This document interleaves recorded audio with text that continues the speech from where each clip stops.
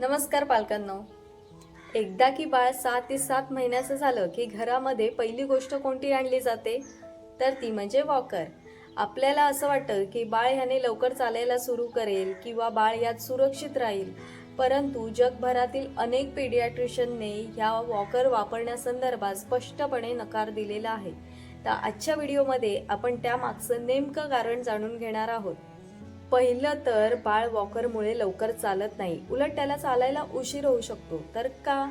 कारण बाळाला चालण्यासाठी त्याच्या कमरेचे आणि पायाचे स्नायू बळकट होणं गरजेचं असतं.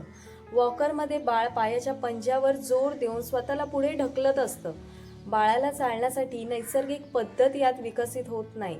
बाळ जेव्हा रांगतं, आधार घेऊन उभं राहतं, तेव्हाच खऱ्या अर्थाने बाळाचे स्नायू हे विकसित होत असतात. दुसरं सर्वात महत्त्वाचं कारण म्हणजे सुरक्षा. वॉकरमध्ये असताना बाळ खूप वेगाने कुठेही जाऊ शकतं.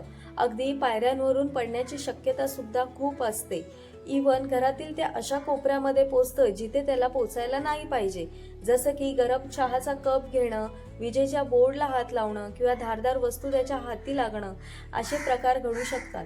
अमेरिकेसारख्या देशांमध्ये वॉकरच्या या धोक्यांमुळे तिथे बंदी घालण्याची मागणी देखील केलेली आहे. तिसरं कारण म्हणजे बाळ वॉकरमुळे नैसर्गिकरित्या उभं राहत नाही. ते ताठ उभं राहण्याऐवजी पायाच्या पंजावर उभं राहतं आणि तसंच चालतं देखील.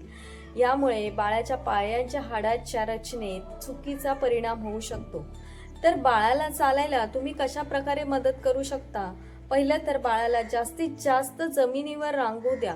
दुसरं म्हणजे त्याला खूप सारा टमी टाईम द्या.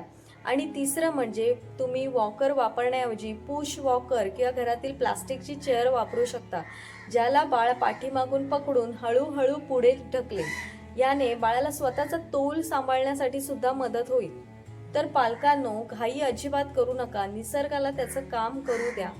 आणि ही व्हिडिओ आवडली असेल तर नवीन पालकांसोबत नक्की शेअर करा. आणि वॉकर वापरण्यासंदर्भात तुमचं काय मत आहे हे मला कमेंटमध्ये नक्की सांगा. आणि व्हिडिओ आवडली असेल तर लाईक नक्की करा. थँक्यू.